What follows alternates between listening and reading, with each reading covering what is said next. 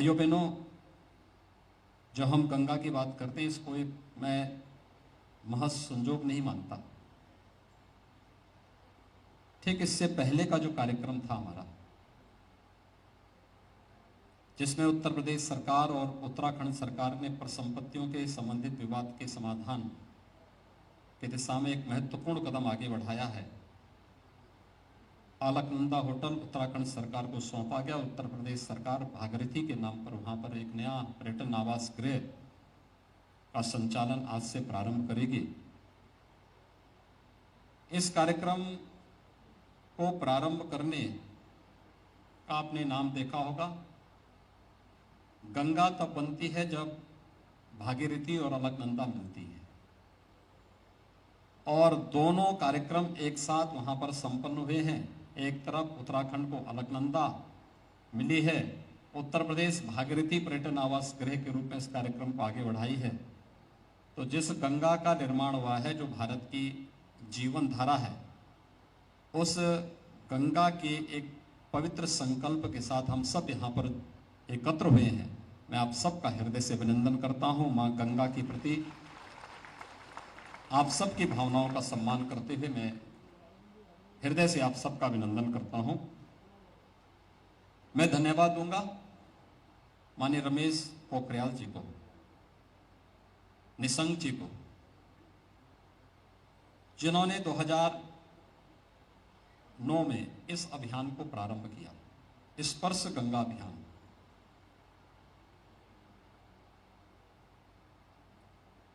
हम सब जानते हैं गंगा भारत की जीवन धारा है।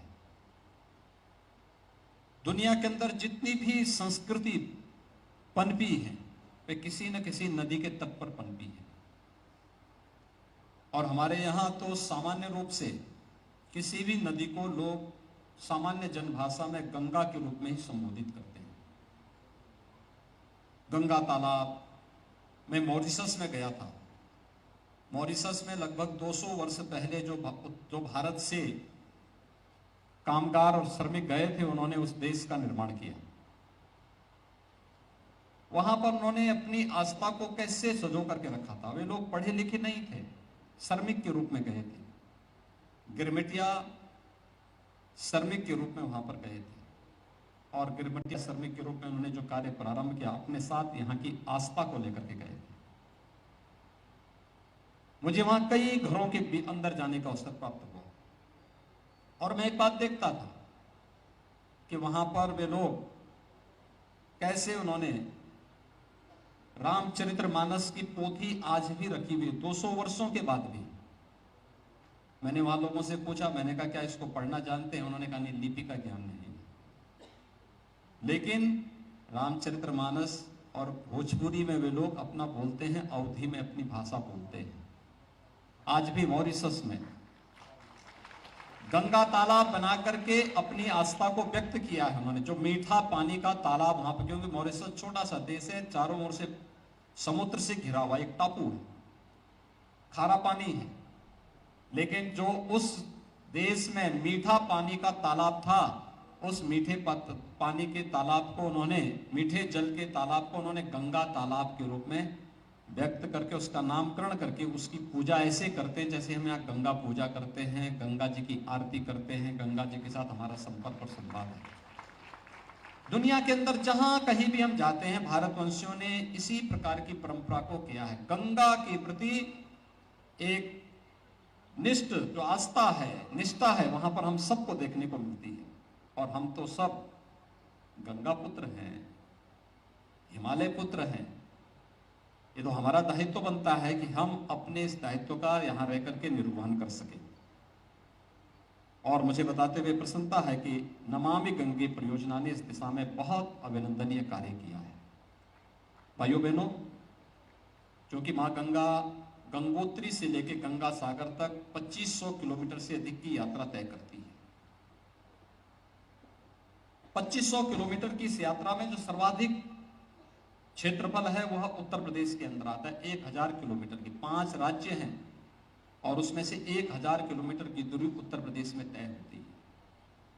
हमारे जनपद बिजनौर से लेकर के और जनपद बलिया तक माँ गंगा 1000 किलोमीटर की जिस यात्रा को पूरी करती है, इसमें हरिद्वार के बाद तो अनेक ऐसे क्रिटिकल पॉइंट आ जाते थे जहां पे गंगा नदी नहीं बल्कि नाला जैसे दिखने लगती थी।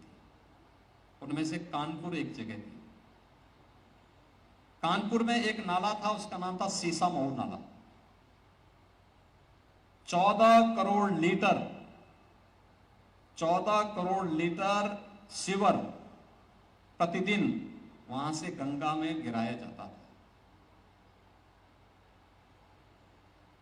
उसके आगे एक और नाला पड़ता था, उसका नाम जाजमऊ था। वहां पर जितना भी ये चमड़े का उद्योग है ना, चमड़े के उद्योग का जितना भी जहरीला कचरा था वो सब गंगा जी में डाला जाता था। और उसके बाद मां गंगा में एक भी जलीय जीव नहीं बचे थे। कोई मछली नहीं, कोई कीड़ा भी नहीं। उनको अपने भौतिक संसाधनों से इतने मतलब नहीं था। टेंट कितना मिलेगा, सुविधा कितनी मिलेगी, सुरक्षा क्या मिलेगी, उसकी कोई चिंता नहीं थी। उनकी एक ही चिंता होती थी कि क्या हमें स्नान करने के लिए शुद्ध गंगा जल मिल जाएगा, संगम में क्या शुद्ध जल होगा, हमारे लिए चुनौती थी। और आज मुझे बताते हुए प्रसन्नता है कि 2019 ने दिव्य कुंभ और भव्य कुंभ का जो रूप सबके सामने प्रस्तुत किया। 24 करोड़ से अधिक श्रद्धालु आए थे प्रयागराज कुंभ में। यूनेस्को को हेरिटेज के रूप में प्रयागराज कुंभ को स्थापित करना पड़ा। मानवता के अमूर्त सांस्कृतिक धरोहर के रूप में उसे मान्यता देनी पड़ी। और प्रयागराज कुंभ के उस उदाहरण के बाद जब हम लोग इस यात्रा को लेकर के आगे चले, वाराणसी में मुझे याद है 2020 क्या बात, 2020 को गंगा जी में बाढ़ आई थी। वाराणसी में कई शहरों में, कहीं शहर के अंदर कहीं मोहल्लों में पानी आ गया था, बाढ़ का पानी घुस गया था। मुझे वहां जाने का अवसर प्राप्त हुआ था। मैं गया था वहां पर। मैंने वहां पर एनडीआरएफ के जो जवान थे जो वहां सेवा कार्य कर रहे थे, मैं उनके साथ स्टीमर में बैठा। एक कॉलोनी में हम जा रहे थे। एनडीआरएफ के डीआईजी भी उसमें मेरे साथ बैठे हुए थे। मैंने उनसे पूछा, मैंने कहा आप कब से यहाँ पर हैं? तो उन्होंने कहा कि मैं पिछले 3-4 वर्षों से यहाँ पर हूँ। मैंने कहा ये बाढ़ आई है, इसमें तो बाढ़ में कुछ नहीं कह सकते, लेकिन क्या आपको लगता है नमामि गंगे परियोजना के पहले और नमामि गंगे परियोजना के बाद कोई अंतर आया? उन्होंने कहा हाँ साहब, नमामि गंगे परियोजना को उत्तर प्रदेश सरकार में 2017 के पहले प्रभावी ढंग से लागू नहीं हो पा रहा था।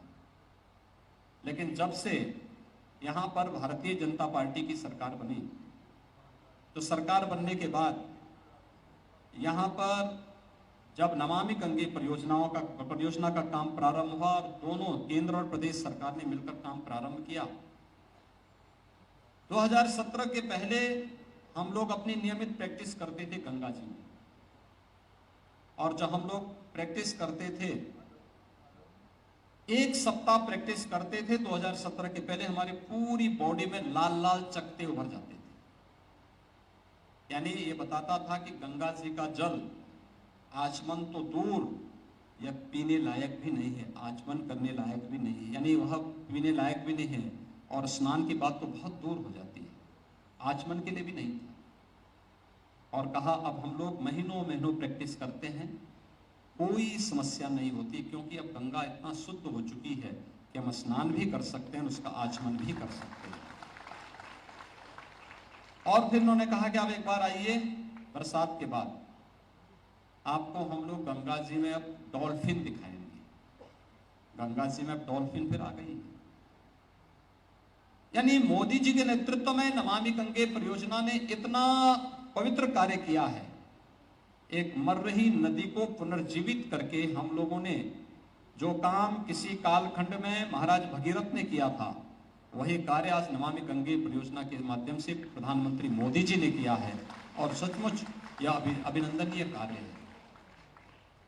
लेकिन मित्रों, सरकार पैसा लगा सकती है, प्रोजेक्ट बना सकती है, सरकार अपने स्तर पर एक अभियान को आगे बढ़ा सकती है, लेकिन उसे सस्टेनेबल बनाने में योगदान समाज को करना होगा, समाज को ओन करना होगा, उसे अपने हाथों में लेना होगा।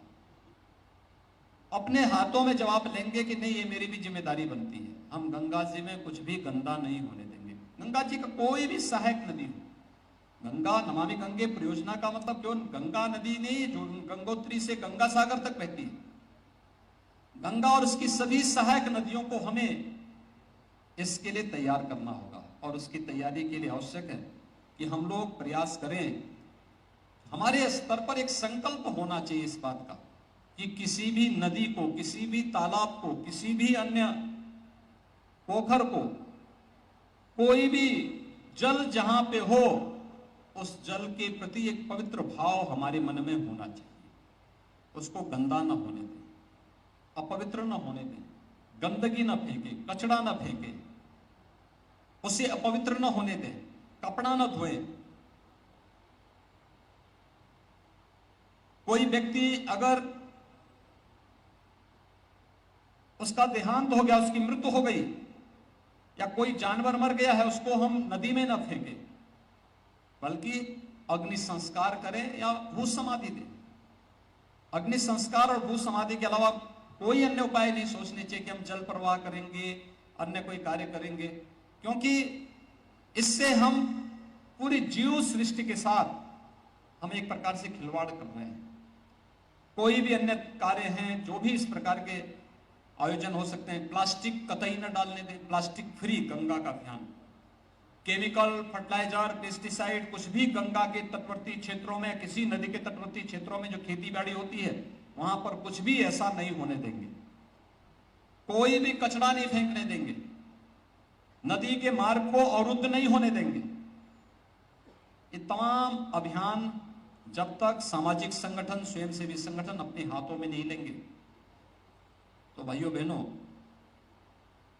नियति के सामने बार बार क्षमा याचना करने से, उनके सामने अपने आप को खेद व्यक्त करने के सिवाय हमारे सामने आने वाले समय के लिए कुछ भी नहीं बचेगा, और हम लोगों को फिर आने वाली पीढ़ी कभी माफ नहीं करेगी। प्रधानमंत्री मोदी जी ने नमामि गंगे परियोजना के माध्यम से गंगा की अविरलता और निर्मलता के लिए जो कार्य किया है, उस कार्यक्रम के साथ हर उस नागरिक का जो ये मानता है कि गंगा हमारी आस्था ही नहीं, हमारा जीवन भी है, हमारे लिए जीवन दायिनी है। याद रखना, अगर गंगा और यमुना जैसी नदियां उत्तर भारत में नहीं होती तो थार के मरुस्थल जैसी इस भूमि की स्थिति होती। दुनिया की सबसे उर्वरा भूमि अगर इस विशाल गंगा और यमुना के दोआब को और इस पूरे क्षेत्र को, जो आप हरिद्वार से लेकर के और आपको गंगा सागर के तट तक देखने को मिलता है कि दुनिया का सबसे उपजाऊ भूमि है। यह भूमि इतनी विस्तृत भूभाग में फैली हुई, लगभग 64 लाख हेक्टेयर की भूमि, इतना विशाल मैदान